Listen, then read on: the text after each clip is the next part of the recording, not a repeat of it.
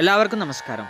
ഇന്നത്തെ ശുഭചിന്ത: നിന്റെ പിന്നിൽ നിന്ന് കുറ്റം പറയുന്ന നിഴലുകളെ നീ ശ്രദ്ധിക്കേണ്ടതില്ല.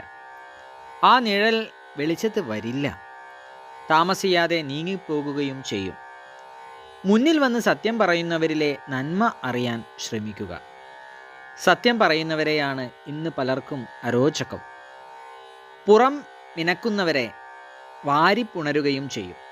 സത്യവഴിയിൽ ചലിക്കുക, അതിൽ ആളുകൾ കുറവായിരിക്കും. സങ്കടങ്ങൾ പങ്കുവെക്കാൻ ആരുമില്ലാതാവുമ്പോഴല്ല, സന്തോഷങ്ങൾ മനസ്സ് തുറന്ന് പങ്കുവെക്കാൻ ആരുമില്ലാതാകുമ്പോഴാണ് യഥാർത്ഥത്തിൽ മനുഷ്യർ ഒറ്റപ്പെടുന്നത്.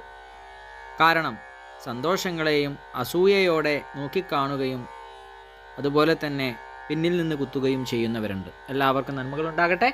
എല്ലാവർക്കും ജീവിത വിജയം ഉണ്ടാകട്ടെ. നന്ദി, നമസ്കാരം.